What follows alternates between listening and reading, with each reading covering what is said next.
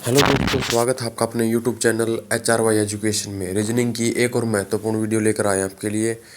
देखिए, इसमें जो संबंध तीसरी संख्या का है, ठीक उसी प्रकार से दूसरी संख्या का है। जैसे पहली 16 है, 128 है तो 4 का, यानी कि हमने 16 का यहाँ पर स्क्वायर कर दिया। जो 16 स्क्वायर होता 256 और बटे 2 कर दिया तो 128। उसी प्रकार से 4 का स्क्वायर किया और इसको 2 से भाग कर दिया तो ये हमारा 8 आ गया। ठीक है, इस क्वेश्चन को हम ऐसे सोल्व कर सकते हैं। और 8 हमारा जो है ऑप्शन सी में दिया गया है। तो क्वेश्चन 1 का जो आंसर है हमारा ऑप्शन सी हो जाएगा। नेक्स्ट क्वेश्चन में कहा गया कि दी गई श्रृंखला में निम्नलिखित में से कौन सी संख्या प्रश्नवाचक चिन्ह के स्थान पर आएगी। अब इसमें क्या दे रखा है, 100, 105, 92, 113 और 184। और यहाँ पर जो प्रश्नवाचक चिन्ह के स्थान पर है, यहाँ पर हमारी कौन सी संख्या आएगी। तो इस प्रकार का अगर संख्या आ जाए कि एक बार बढ़ रही है एक बार घट रही है, तो हमें क्या है, एक छोड़कर एक लेनी है। यानी कि अब देखिए अब 100 से हम 92 का डिफरेंस लेते हैं। ठीक है, यानी 100 से 92, यहाँ पर संख्या घट रही है। कितनी घट रही है, 8 घट रही है। 92 से अगर 84 की बात करें तो यहाँ पर क्या है हमारी संख्या, तो यहाँ पर भी 8 घट रही है। अगर हम ऊपर से देखें 105 से 113, यहाँ पर +8 हो रही है।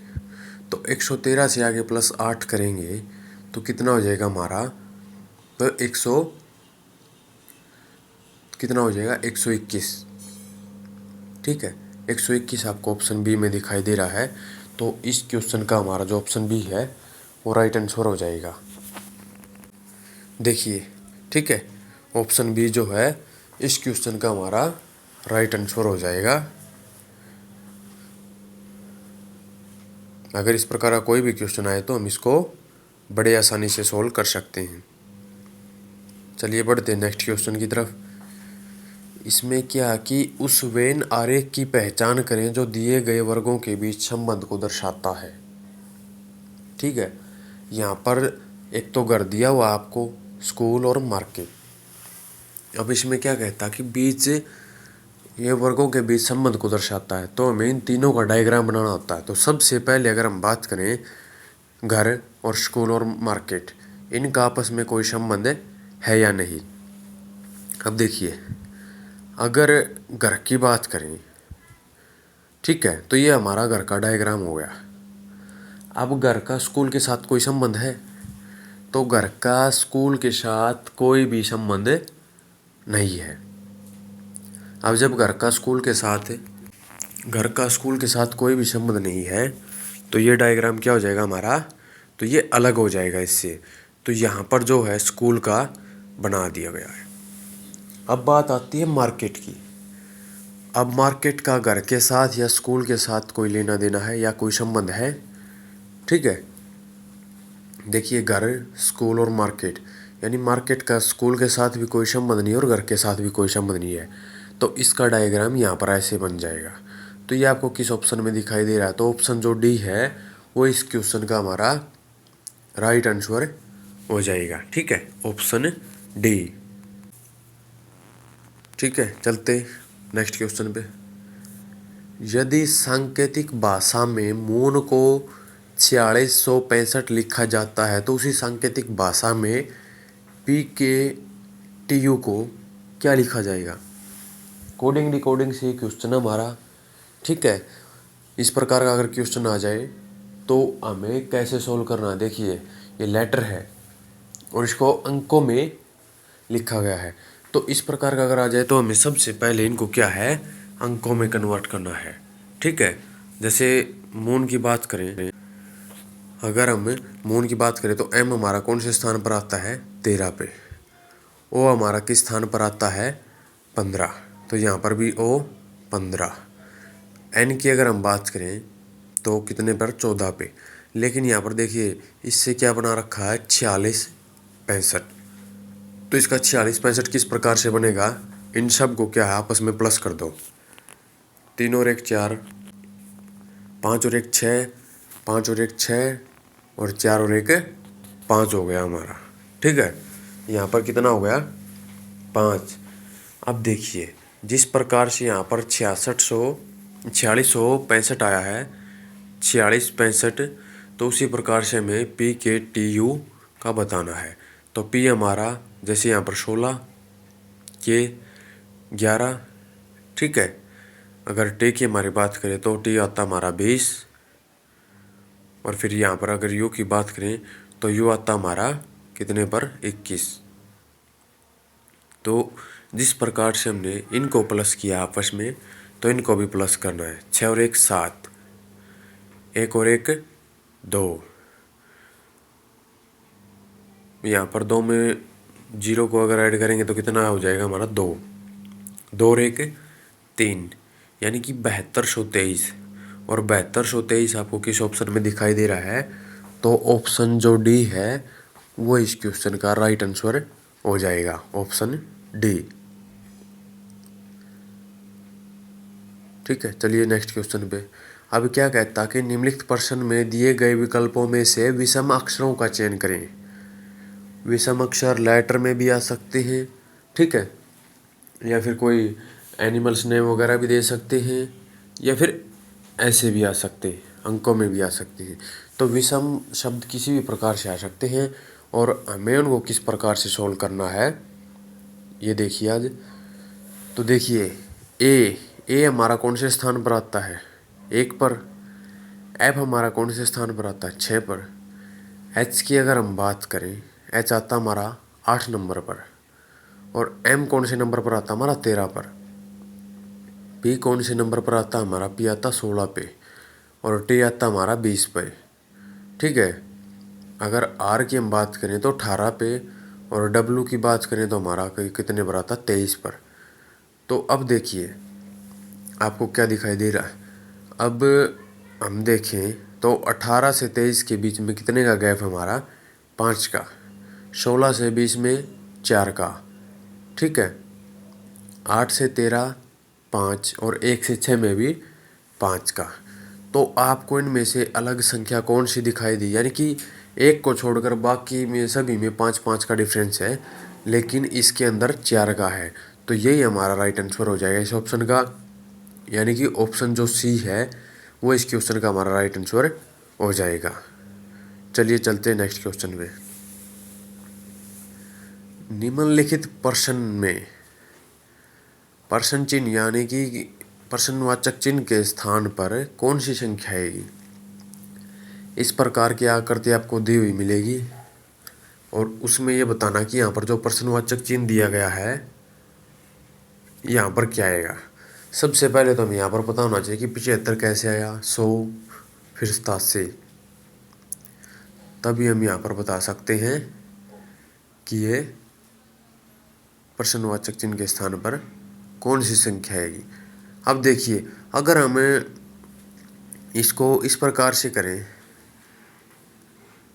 कि देखो 75 है, अगर 15 की और 5 की गुणा कर देते तो यहाँ पर 75 हो जाता है। सही बात है, 15 पंजे 75। लेकिन आगे ये वाला जो ट्रिक है ये फॉलो नहीं हो पा रही, क्योंकि 6 पंजे तो 30 हो गई, और यहाँ पर दे रखा हमें 100, ठीक है। तो इस प्रकार से नहीं होगा। तो देखिए कैसे होगा। अब ये इसको सोल्व करने के लिए करनी तो हमें गुणा ही पड़ेगी, यानी 75 लेके आने करनी तो गुणा ही पड़ेगी। अब 15 पंजो 75 हो गया, ठीक है। और 75 में अगर +12 कर देते हैं हम, तो हमें क्या प्राप्त होगा। तो यहाँ पर अगर 75 में +12 कर देते तो हमें 87 प्राप्त होता है, ठीक है। 87 प्राप्त हो गया, यहाँ पर 87 आ गया हमारा, यानी कि यहाँ पर 75 और यहाँ पर 87 इस प्रकार से सोल्व हो रहा है। तो उसी प्रकार से हमें किसको सोल्व करना है, यहाँ पर देखिए 9 7 63, और 63 में 12 जोड़ दें तो हमें क्या प्राप्त होगा, 75। यानी कि यहाँ पर भी इतना ही प्लस किया जा रहा और यहाँ पर भी इतना ही है। तो यानी कि आमने सामने वाले जो हैं उनके अकॉर्डिंग इसको सोल्व किया जा रहा है, ठीक है। अब देखिए हमें 87 का भी पता चल गया और 75 का भी। अब हमें पता लगाना है यहाँ का। अब देखिए 11 की और 8 की करेंगे तो 11 8 88 हो गया, और 88 में अगर +12 कर दें तो कितना हो जाएगा हमारा 100। 11 8 88, 88 में 12 को ऐड कर दिया तो हो जाएंगे 100, क्योंकि 12 12 हर एक जगह पे ऐड हो रहे हैं। उसी प्रकार से प्रश्नवाचक चिन्ह के स्थान पर कौन सी संख्या आएगी? तो 6 पंजे कितना हो गया? 23। और 30 में अगर हम 12 को प्लस कर देते हैं तो हमें क्या प्राप्त हो जाएगा? तो हो जाएगा 42। तो 42 आपको किस ऑप्शन में दिया गया है? तो ऑप्शन जो बी है वो इस क्वेश्चन का हमारा राइट आंसर हो जाएगा। ठीक है, ऑप्शन बी। उम्मीद करते हैं कि आपको समझ में आ गया होगा। चैनल पर पहली बार है तो चैनल को सब्सक्राइब ज़रूर करें। अगर आपको वीडियो अच्छी लगे तो लाइक करें और अपने दोस्तों के साथ शेयर करें।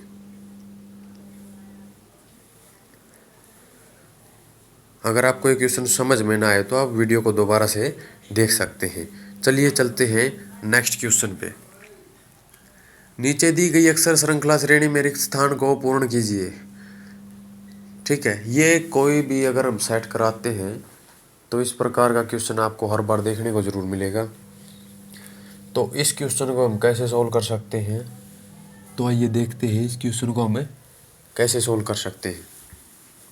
तो देखिए, या तो हम 4 4 के जोड़े बना लेते हैं। इसमें मैंने हर एक प्रकार से करवा रखा है कि हम इसको किस प्रकार से सोल्व कर सकते हैं। ठीक है, 4 4 के जोड़े बना लीजिए, आसानी हो जाएगी। या फिर ऐसे भी हम इसको सोल्व कर सकते हैं। देखिए, LG, जी के बाद क्या आएगा यहाँ पर? तो यहाँ पर हमें पता नहीं है, लेकिन आगे तो हम देख ही सकते हैं। तो जी के बाद हमें यहाँ पर क्या दे रखा है? तो यहाँ पर आ जाएगा हमारा P, क्योंकि जी के बाद यहाँ पर क्या दे रखा है? P। तो यहाँ पर आ जाएगा P, LGPQ। ठीक है, LGPQ एक जोड़ा बन गया, LGPQ दूसरा जोड़ा बन गया, LGPQ। ठीक है, नेक्स्ट है LGPQ, फिर LGPQ। इस प्रकार से हमारा जोड़ा भी कंप्लीट हो गया और इसको बड़े आसानी से हमने सोल्व भी कर दिया। तो देखिए, यहाँ पर कौन सी जो आकृति बनी है, जैसे P L Q G L P, तो ये आपको किस ऑप्शन में दिखाई दे रहा है? P L Q G P L Q G L P, यानी कि ऑप्शन जो बी है वो इस क्वेश्चन का राइट आंसर हो जाएगा हमारा। ठीक है, ऑप्शन बी। नेक्स्ट क्वेश्चन है, उस विकल्प का चयन करें जो तीसरे पद से उसी प्रकार संबंधित है जैसे दूसरा पद पहले पद से संबंधित है। यानी कि दूसरा पद पहले पद से संबंधित है। जैसे यहाँ पर दे रखा है RUST, फिर IFGH, फिर क्या दे रखा है? PTET। तो यहाँ पर जो प्रश्नवाचक चिन्ह है इसके स्थान पर कौन सी संख्या आएगी? ठीक है, इस प्रकार के क्वेश्चन को सोल्व करने के लिए हमें क्या करना है? सबसे पहले इनको देखना है कि इनका संबंध आपस में क्या है। ठीक है, तभी हम आगे का क्वेश्चन सोल्व कर सकते हैं। अब इनके बीच में अगर संबंध की बात करें तो R के बाद यहाँ पर क्या लिखा गया है? I। अगर I की बात करें तो R के विपरीत कौन सा होता है? I। U के विपरीत F, S के विपरीत G और T के विपरीत हमारा क्या हो जाता है? H। तो इस प्रकार से इनके विपरीत लिखे गए हैं। ठीक है, हमें जो लेटर होते हैं उनको विपरीत यानी कि A to Z दोनों प्रकार से हमें याद होना चाहिए कि कौन सा किसके विपरीत आता है। तो इस प्रकार के क्वेश्चन को हमें जल्द से जल्द सोल्व कर सकते हैं। ठीक है, अब बात आती है यहाँ पर P के विपरीत क्या होता है हमारा? K। T के विपरीत कौन सा होता है? ठीक है, यहाँ पर G आ गया, फिर यहाँ पर क्या आ गया हमारा? V और G, KG V। तो ये हमें कहाँ पर दिखाई दे रहा है? ऑप्शन डी में। तो ऑप्शन जो डी है वो हमारा राइट आंसर हो जाएगा इस क्वेश्चन का। ठीक है, यहाँ पर ये जी था, एच नहीं आएगा क्योंकि जो टी का विपरीत है वो जी होता है। नेक्स्ट क्वेश्चन में क्या कहता है कि यू एन का पिता है, वी के की पत्नी है, डी के एकमात्र भाई एन की माँ है, यू डी से किस प्रकार संबंधित है। तो इस प्रकार का जो क्वेश्चन आता है ब्लड रिलेशन से, उसको हम कैसे सोल्व कर सकते हैं। तो देखिए, इसको सोल्व करने के लिए सबसे पहले हम देखते हैं, यहाँ पर आकृति बना लेते हैं। यू एन का पिता, यानी कि यू ऊपर हो जाएगा और एन नीचे की तरफ। ठीक है, यू जो है एन का पिता है, यू प्लस हो जाएगा। अब हमें एन का नहीं पता, ये लड़का है लड़की। वी के की पत्नी है, यानी कि अगर यहाँ पर देखिए वी क्या है, के की पत्नी है। ठीक है, डी के एकमात्र भाई, जो डी है वो के का एकमात्र भाई, डी को क्या बोला है, के का एकमात्र भाई एन की माँ है। समझ में आ रहा? यानी कि क्या कहता कि वी जो है के की पत्नी है, ये तो ठीक हो गया। और डी जो है के एकमात्र भाई कौन है, एन, एन की क्या है, माँ है। यू जो है डी से किस प्रकार संबंधित है, यू का बताना है डी के साथ। यानी जो डी है वो क्या है, के एकमात्र भाई, यानी के का जो एकमात्र भाई है एन, और एन की क्या है, माँ। तो ये क्या है, एन का, यू क्या है, एन का पिता। तो डी क्या होगी, इसकी पत्नी हो गई। डी तो इसकी पत्नी हो गई। तो इसमें सीधी सी बात क्या कहा गया है कि यू डी से किस प्रकार संबंधित है। तो यू डी से किस प्रकार संबंधित है, एन की एकमात्र माँ, एक भाई, और यू डी से किस प्रकार, यानी डी के एकमात्र भाई एन की माँ है। तो सीधी सी बात है, तो ये इसका क्या लगेगा, तो ये इसका लगेगा पति। तो पति आपको किस ऑप्शन में दिखाई दे रहा है, तो ऑप्शन जो बी है वो इस क्वेश्चन का हमारा राइट आंसर हो जाएगा। ठीक है, ऑप्शन बी। चलिए चलते हैं नेक्स्ट क्वेश्चन पे। निम्नलिखित में से कौन सा विकल्प समीकरण को संतुलित करेगा। इस प्रकार से आपको दे रखा है, और जो टोटल जो हमारा है 319 प्राप्त होता है। तो इस प्रकार के क्वेश्चन को अगर हमको सोल्व करने के लिए बैठेंगे तो इतना टाइम हमारे पास होता नहीं, क्योंकि 2 से 3 मिनट तो वैसे ही खा जाएगा ये। ठीक है, फिर और क्वेश्चन के लिए टाइम ही नहीं बचेगा। तो इसको आसान सी ट्रिक बता देता हूँ मैं, इसको किस प्रकार से हम सोल्व कर सकते हैं। देखिए, सबसे पहले हम भाग को उठा लेते हैं ऑप्शन ए से, यानी कि यहाँ पर गुणा करेंगे और यहाँ पर भाग करेंगे। तो 12 से 35 में भाग नहीं जाएगा हमारा, क्या चला जाएगा, नहीं जाएगा।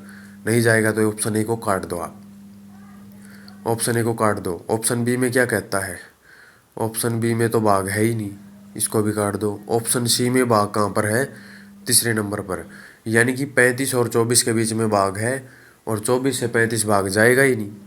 जब ये भाग ही नहीं जाएगा तो ये ऑप्शन भी नहीं होगा हमारा। तो ऑप्शन जो डी में भाग है लास्ट में, यानी कि 6 से 24 भाग जाता है, 6 चौक 24। ठीक है, तो अगर आपको फिर भी डाउट है तो आप पूरा सॉल्यूशन कर सकते हैं। तो इस जो क्वेश्चन है इसका आंसर जो है हमारा ऑप्शन डी हो जाएगा। ठीक है, तो राइट आंसर क्या हो जाएगा हमारा, ऑप्शन डी हो जाएगा। अगर आप चाहो तो सोल्व भी कर सकते हैं, लेकिन इसमें क्या हमें टाइम बचाना है।